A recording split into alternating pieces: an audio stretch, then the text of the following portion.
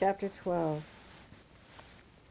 As I have very little chronological awareness of this stage of Kyle's life, I will recount these few missions in no particular order. As opposed to how it had been in IBIS, where he had a unit, Kyle's missions in MI6 were nearly always either solo or with a single companion, usually a woman. They were usually off-planet, and from what I can recollect, were usually simple reconnaissance ops with occasional light combat. They were always directed by Commander Bonner, who took the role of, quote, handler, unquote, in Kyle's life at MI6.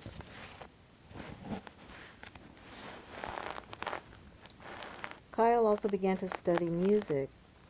The radio in the Blackwell's home was his first real exposure to it, and so he bought several books on the subject from a shop in London and soon discovered a strong natural talent for it. On one particular mission, Kyle was sent to retrieve a set of USB-like computer chips. According to Bonner, these chips house memories retrieved from the brains of those found dead on the battlefield.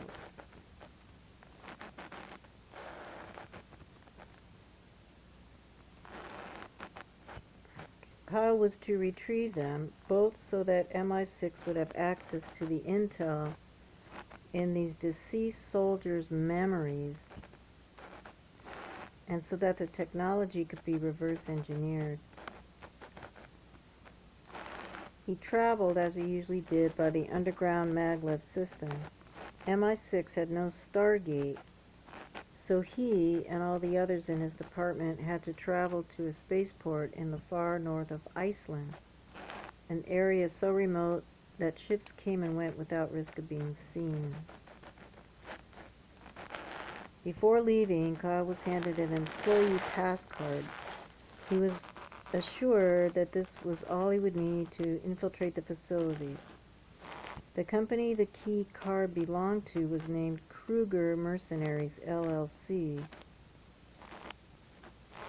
The card featured a picture of Kyle and his alias for this op,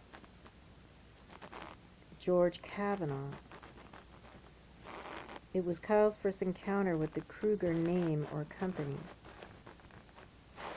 The maglev station serving London was a further 2 levels below sub-basement 14 of the MI6 building. There was an entire world down there, a city below a city. From the maglev station, Kyle observed a street of sorts lined by apartment buildings. He was not able to venture outside the confines of the station, so never was able to walk this underground street and see what lay beyond, but the volume of traffic in the station betrayed that the underground city must be quite sizable and populous. The spaceport in Iceland was also quite remarkable. It was nearly all constructed underground, with a complexity of escalators leading up. The only above-ground section was the landing pad itself, which was expertly tucked into the topography in such a way that it could not be seen until one was right on it. Not that that was likely. The terrain here was all mountainous tundra, with not a single road or building anywhere in sight to the south, the north being the ocean, with a few glaciers visible in the distance. This was near the North Pole and not exactly fit for human habitation. Kyle waited until his assigned transport was called. It turned out to be a large cigar-shaped craft, perhaps 300 feet in length by 40 feet in diameter. He quietly ascended the staircase, trying to ignore the biting cold. He hadn't dressed for it, as he had been told to expect hot weather on the planet he was going to, the name of which he hadn't been told, merely that he was headed to the city of New Suzhou, S-U-Z-H-O-U, Suzhou, probably Chinese or whatever, Suzhou. The seating was bench style, running nearly the entire length of the ship on this level. The upper level was taken up by a cafe of sorts and a series of bathrooms with showers. The flight was quite packed with an assortment of people, most in uniform. The several dozen civilian passengers were all obviously very wealthy. The men wore tailored Armani and Hugo Boss suits, while the women wore Valentino business dresses and carried Gucci purses. Oh, brother. Okay, the flight wound up taking nearly 16 hours. Pretty nice of me to not interrupt myself and comment, isn't it, audience? Okay, the flight wound up taking nearly 16 hours. The passengers consumed huge amounts of coffee so as to be spared the discomfort of sleeping in a sitting position on the hard leather benches or the even harder wooden seats of the cafe. The ship arrived in New Suzhou, that sounds better, with an announcement, and the staircase lowered again. The passengers disembarked onto a massive concrete landing pad on flat terrain. The terrain seemed flat as far as the eye could see. The landing pad was surrounded already by cars and buses, both on wheels and magnetic levitation, to take the alighting passengers into the city of Suzhou that was visible in the distance. The city looked most inviting and fascinating to Kyle, mixing traditional Chinese architecture with futuristic styles. As he always did and always would in these situations, Kyle looked into the sky to make determinations about the type of planet he was on. He was able to determine that New Suzhou was in fact not on a planet proper, but on a moon of an ice giant planet. This planet was plainly visible in the sky, as were several other moons of it, which all visibly lacked atmospheres. The moon that New Suzhou was situated on the other hand, was obviously Earth-like, as the air was easily breathable and the sky was blue. Kyle estimated the gravity to be about 90% that of Earth. The planet that this moon and the others orbited was situated in a binary system, with one star being yellow and the other, much fainter one, being a white dwarf. The advice to expect hot weather had been quite prudent, as Kyle guessed that the temperature must be something above 30 degrees Celsius. As he stood on the landing pad, he was struck with a sudden lack of awareness as to where he was or what he was to do. No instruction had been given as to this stage. As it turned out, he didn't have long to wait. He'd stood looking confused for perhaps 3 minutes before he was approached by a tiny Chinese woman in smart yet weather-appropriate office wear. She walked up and addressed Kyle. "Herr Del Shao?" "Yes," Kyle said with slight trepidation. The woman gave a slight bow, then continued to speak in a surprisingly cheerful tone. "I am Helen Sung, your contact. Her Majesty's plant in the New Suzhou office of Kruger. I trust they haven't at all told you enough information?" Kyle smiled slightly at this, now reassured that this woman was, indeed, an MI6 insider and operative. Helen Sung led Kyle then to a car which was parked, as many were, next to the landing pad. This one was sleek and black and hovered on an anti-gravity system. Kyle sat in the passenger seat, and Sung dictated to Kyle the course of the mission as she drove to the Kruger office. The cover story given was that Kyle was another Kruger employee by the name of George Kavanaugh, as was on his employee ID card he'd been issued.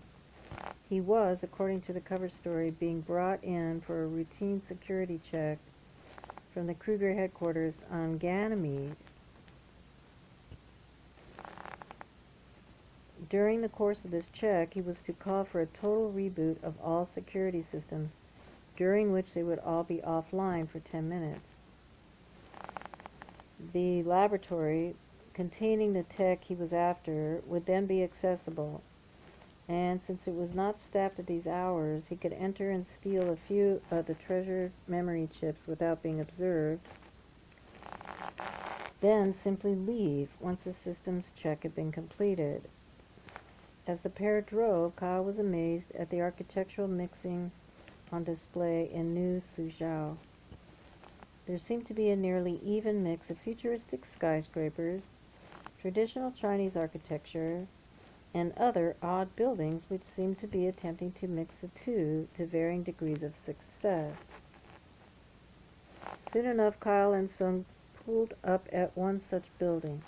They left the car outside for the valet, then entered the building. Sung led Kyle to an elevator and pressed a button labeled K. The elevator descended rather than going up. Kyle and Sung emerged into a rather remarkable space. They were in what seemed to be an underground biosphere of sorts, a massive cavern, the insides of which were heavily foliaged. There were several ancient structures inside which resembled Mayan pyramids. Interspersed among these were some modern buildings which Kyle guessed must have been the buildings which made up the Kruger facility. The space was lit by a number of holes in the ceiling of the cavern, letting in sunlight. The sounds of the city above could just be heard through these holes. The operation went off without a hitch. Due to limited memory, I cannot say much except that after all the security checks, Kyle walked away from the Kruger facility with, he imagined, more than enough information to conduct a raid on the facility. After the op, Sung helped Kyle check into a hotel on the outskirts of New Suzhou, as there were no transports back to Earth that day. Kyle made advances towards Sung, but was rebuffed, and he instead found company for the night in the local bar. He returned to Earth, then MI6, the next day. His mission was deemed to be a complete success. Author's note: a fairly brief and unexciting chapter. However, the author asked that the reader remember the name Kruger and the associated company of Kruger Mercenaries, LLC. This name and company will come up again. Chapter 13. As the years wore on, Kyle began to forget his ibis life. What he was unaware of was that his memory was, in fact, being gradually erased through the use of drugs, likely administered in his meals at the Blackwell home or in the MI6 canteen. A consequence was that he even began forgetting Elsa. His musical studies progressed, and he began to write love songs addressed to Elsa, yet becoming slowly but surely unaware who they were for, eventually believing that they must be for a hallucination.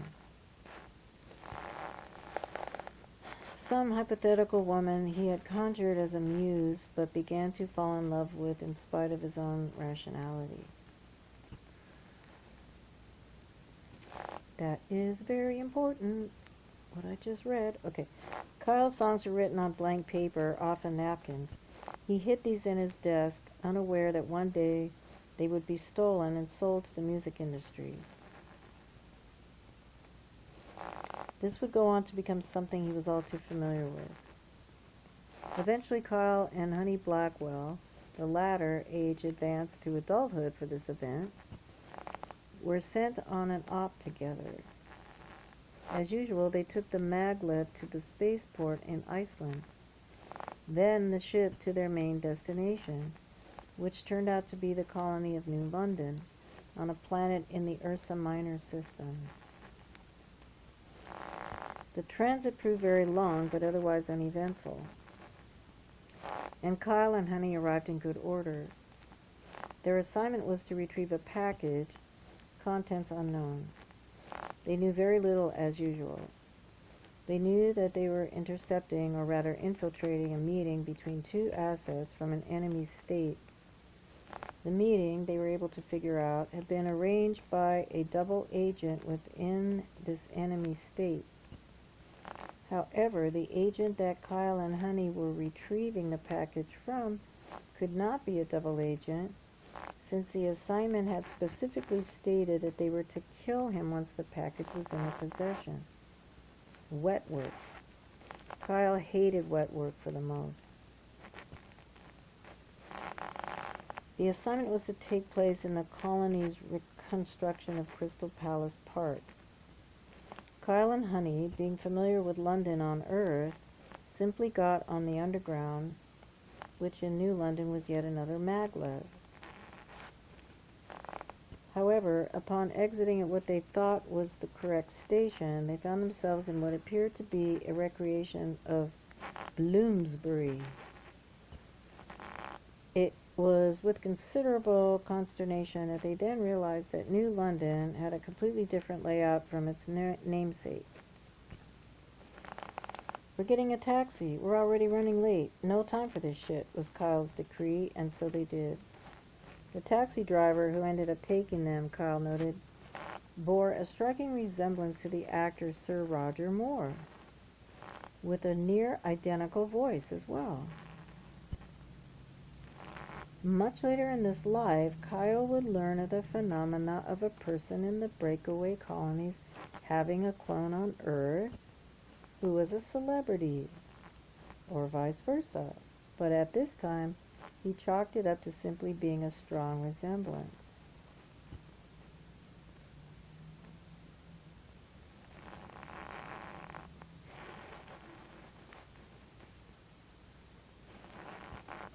Eventually, they reached the reconstruction of Crystal Palace Park. Kyle began to open a bag full of money to pay the driver. They had one to pay their contact. However, said contact would, of course, never walk away with it, and Kyle figured that a few pounds wouldn't be missed. However, before he could even open the bag, Honey put her hand on his arm to stop him, then addressed the driver. "Excuse us, but we need to dig out our money. May we exit the cab for a moment?" "Of course, ma'am," the driver said cheerfully. Honey exited the car, dragging a confused Kyle with her to a park bench on the sidewalk where their backs were turned to the cab. "Blackwell, what is this about?"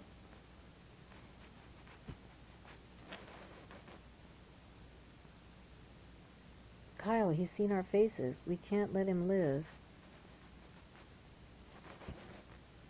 Hang on, someone just walked by. I saw a shadow in the window and now my ear is ringing. Okay. Let me go back. "Blackwell, what is this about?"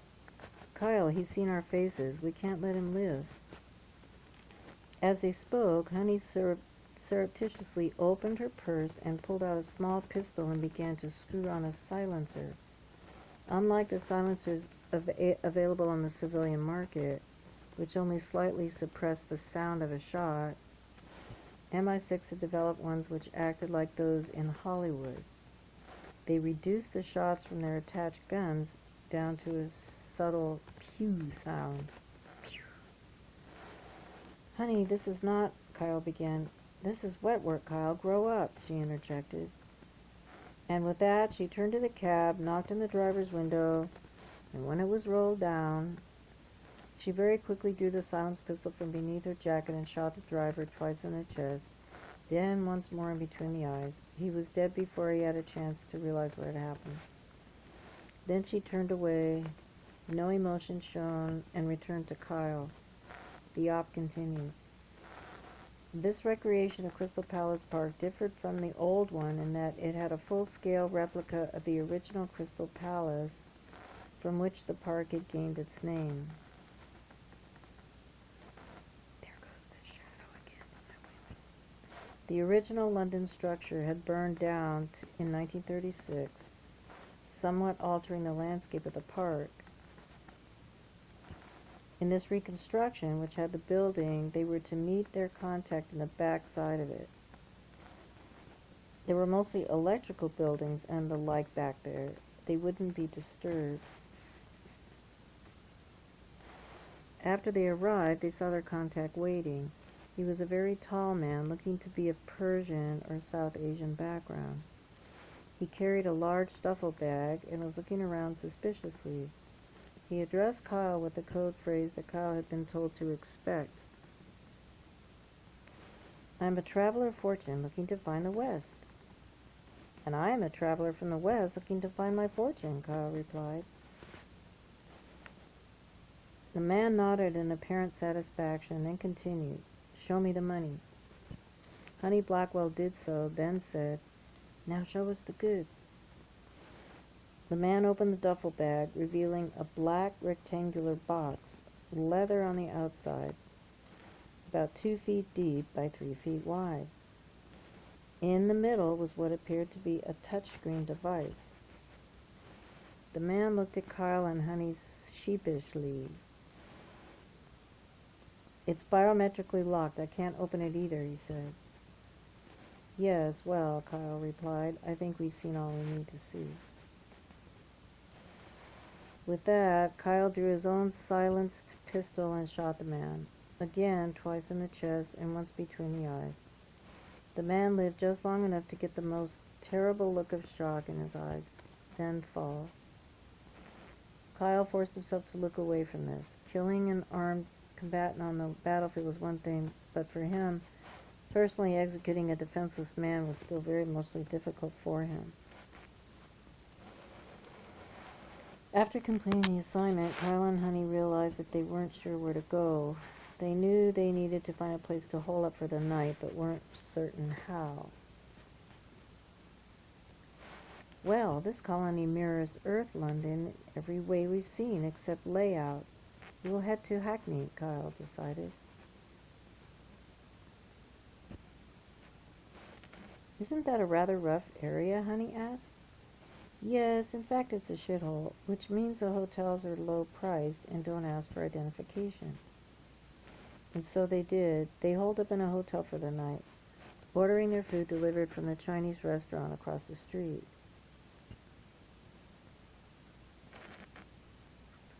They avoided trying to identify the meat, and they also avoided trying to spot the roaches in their rooms. Had they looked, they would have found them, but still they slept well, and met again in the hallways outside their rooms to get on transport back to Earth. While MI6 had no doubt ensured that their faces were invisible, or at least uninteresting to the system, they took no chances. They bought their tickets at the spaceport, then simply and nonchalantly walked past the security area. These spaceports did not have security comparable to the airports of Earth. The bags were not even searched. That was unsurprising, as these modes of interplanetary travel, even with the breakaway colonies, are generally only accessible to the military, spies, and the obscenely wealthy, who would not tolerate it if their bags were searched and their contraband confiscated. Kyle and Honey made it back home in good order. Their mission was a success. They never found out the identity of their contact whom they had killed, nor the contents of the box they had picked up because of it, nor how it had all been prearranged. As always, MI6 kept their mouths shut. Author's note. I felt this mission important to recount, as it showcases some emotional aspects of Kyle that would continue throughout his life. The next chapter is the final portion of Volume 1, and as such, I will make the effort to include as much detail as I can to satisfactorily end this stage of Kyle's life. Okay, Chapter 14. I will at last draw the reader's attention to what would, it turned out, be Kyle's last mission for MI6. Indeed, it would prove to be the last amount of time that he, or rather the sole fragment, piece of consciousness used to create him, would spend in the clone body he had been inserted into prior to birth. When all was said and done, he would soon be in a different body. It should be noted also that in his new situation that followed this one, he would not remember much, if anything, about his life until that point. However, his personality quirks, his protectiveness toward children, his somewhat cantankerous temperament, his bizarre and complicated relationship to authority, and his tendency to attempt a sexual relationship with every woman who seemed accessible, these would all remain a part of him for the rest of his life. I will, outside of these notes, leave the details of the remainder after this point for the next volume, and will now proceed with how Kyle's time at MI6 came to an abrupt and violent end.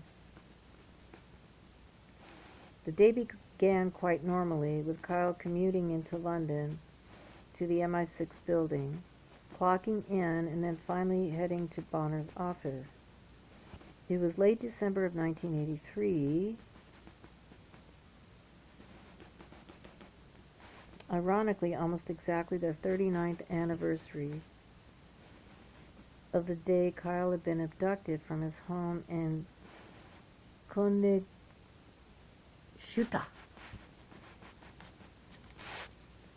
Guten Tag, Del Schau. Today is your lucky day. You have an assignment already.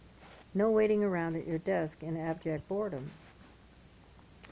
Allow me to guess, sir. I am either retrieving some package I don't know the contents of, or killing someone I don't know the identity of. Kyle was in a sour mood.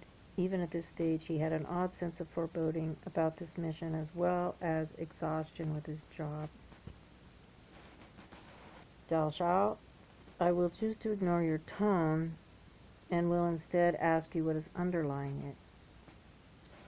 I don't like my job, sir. Kyle saw no point in pretenses. Well, Del Schau, there are ways around that. There are other divisions of MI6. You're allowed to put in for a transfer. However, I must insist that you carry out this op today. When you return, I'll have the paperwork on your desk for you to file for a transfer if that is your wish. Kyle left Bonner's office slightly more satisfied, wondering if his upcoming transfer request would be fulfilled and where he might be transferred to. His mood was further lifted when he exited to find a tall, attractive blonde woman outside the office waiting for him. Herr Del Schau? She asked. She was German also, Kyle realized. She spoke with a thick Bremerhaven accent. Ja? Kyle replied. Then, transitioning to English, I assume you're my partner for this op. Yes, you catch on quickly. If you count 7 years as quickly, then I suppose so. What was your station before coming here? Kyle paused. I wish I knew. The woman was visibly confused, but didn't comment, instead extending her hand. I am Lisa Hoffner, your handler for this mission. I represent the BND, or the Bundesnachrichtendienst, sorry, the off-planet division of that agency, like your own. BND is the acronym for, let me try it again. Bundesnachrichtendienst. The off-planet division of that agency, like your own. The package we are delivering represents us both. And I suppose the contents of said package are classified. Once again, you catch on quickly. Once again, if you count 7 years as quickly, then I suppose so. It was becoming a running joke. Kyle and Hoffner left then, going to the maglev station, as usual. However, not as usual, the commute was not to the Iceland spaceport. Rather than taking the northbound line, they traveled south and east to Germany. They alighted at a station underneath the city of Bonn, in the state of Nordrhein-Westfalen. On this whole journey, they carried a very heavy black box, about 5 feet by 3 feet, with a handle on each end, biometrically locked, like the one Kyle and Honey had retrieved from New London. They ascended one level to a sleek room, massive, with metal and concrete walls and a smooth domed concrete ceiling. In the center, about 2 meters above the ground, a craft was levitating. It was sleek and metal, about twice the size of a Greyhound bus. Next to a far wall was a huge stargate around 200 feet in diameter, clearly made to accommodate the craft. "A new, faster-than-light ship," Hoffner proclaimed proudly. "Well, new to us.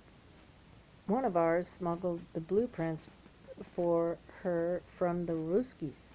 Today, we're taking her for a little test run, to yours and my assignment. Star system as yet uncharted by the mainstream, nearest to Canis Minora. We'll be landing on a small moon orbiting a gas giant in that system. They're calling it Orestes. The gas giant, that is. Orestes. As if on cue, a ramp lowered from the middle of the craft, and a tall, auburn-haired man emerged, strolling down a ramp. He was clad in an all-black full-body flight suit with a helmet tucked under his arm. "Ah," said Hoffman in response to his emergence. "This is Jürgen, our pilot and engineer." Then, turning to him and speaking directly, "Is she ready to go?" "Indeed she is. I dare say she's even excited at the prospect." "Very well. Now, Herr Delschau, let us proceed. Can't keep anyone waiting, can we?" They proceeded onto the ship. Kyle noticed that Jürgen and Hoffner kept finding excuses to look at each other and accidentally touch. Kyle surmised that they were in a sexual relationship. He supposed he would have to ask if Jürgen minded sharing. It was spacious enough on the inside for large, comfortable seats, an ample-sized lavatory, and a tiny armory containing perhaps 10 weapons. Kyle and Hoffner both found burnt orange spacesuits placed on their seats, and once the ship had taken off, they changed into them. Kyle checked the wrist computer, but found that it only displayed a set of coordinates, presumably on the moon they were headed for. "Meine Damen and Herren, I present to you Orestes," Jürgen said after about 2 hours. Sorry, my pronunciation. Kyle and Hoffner crowded around the front windows to view the planet that their ship was now orbiting. Orestes was indeed beautiful, enormous and mostly shades of gray, but with a few bold streaks of black and purple. The star it orbited was extremely faint, obviously quite a distance away. Their view of the scene was but brief, however. After a moment, Jürgen turned the ship and piloted it towards one of the moons of Orestes. The moon itself was rather nondescript, unevenly shaped, and mostly coated in ice, with the occasional dry, rocky outcropping peeking through. The ship landed, and Kyle and Hoffner alighted. The moon was slippery due to the ice, and the gravity so light that Kyle and Hoffner were afraid of falling off it altogether. For some unknown reason, they landed a full 10 kilometers from the coordinates that had been given them and had to hike the full distance. That which played out next was a scene relayed at the start of his book. No sooner had Kyle and Hoffner placed their mysterious package in its indentation than they were ambushed by unknown human hostiles in black spacesuits. Hoffner did not last 5 minutes, and neither ultimately did Kyle. Not after one of the hostiles pulled a grenade launcher, the blast of the projectile sending him flying. Somehow he only flew along the surface of the moon rather than into space. He collided eventually with a rocky outcropping which stopped his motion. For a moment he thought he might have somehow escaped unscathed.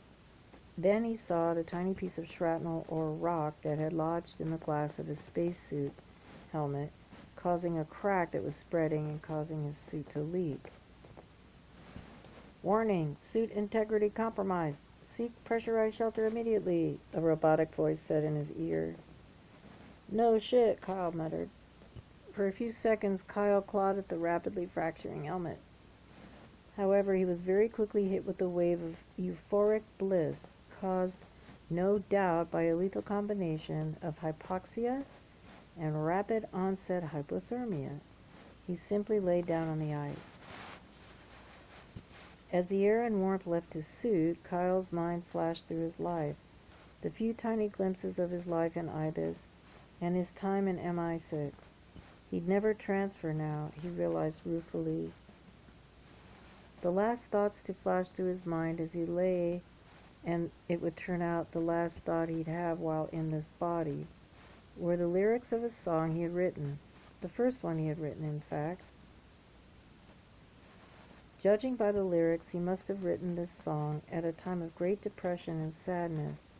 He had written it out and then shoved it into his desk at MI6, unaware that it would one day be found, stolen, sent back in time, and sold to an American record label. These are the lyrics as Kyle originally wrote them. Just yesterday morning, they let me know I was gone. Elsa, the plans they made put an end to you. I walked in this morning and I wrote down this song. I just can't remember who to send it to. Hey, John, I don't know if this is the same melody that the James Taylor did, so maybe I shouldn't sing it. Oh, I've seen fire and I've seen rain. I've seen sunny days that I thought would never end.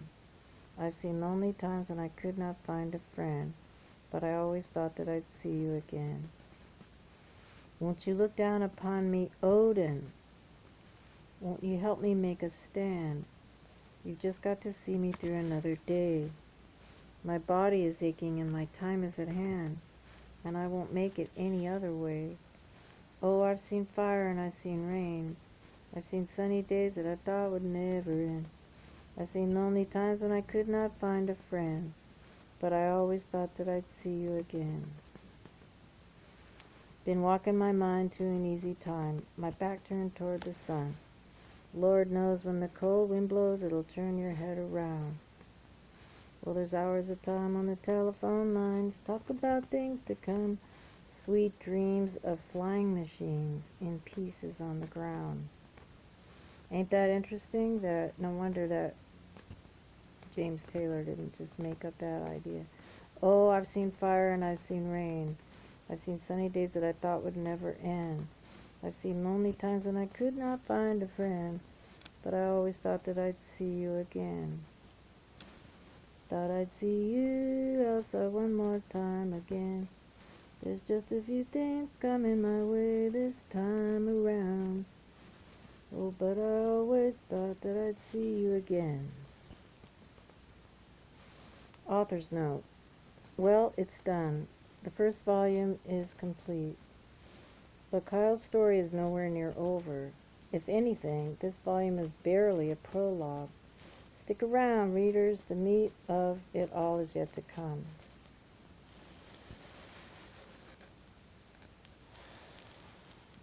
Okie dokie, it's over. So I hope that you guys went and got this yourself so you can have it to finish. And hard copies come out later on. That'd be great. And thanks, John, for letting me read it. I know it wasn't perfect. I commented everything. And I want to make this more about you, but also it triggers me and other people to hear it. And that album, that song is on Fire and Rain. Yeah, that was the popularest song, but I had that album and I learned about 3 or 4 songs off that album that I like better, that I used to play and sing all the time. So that year, I was in high school writing songs myself. So anyway, thank you for that, and everybody, thank you for listening. And yeah, go. Okay, so I did that project. Now on to other things. Okay, adios.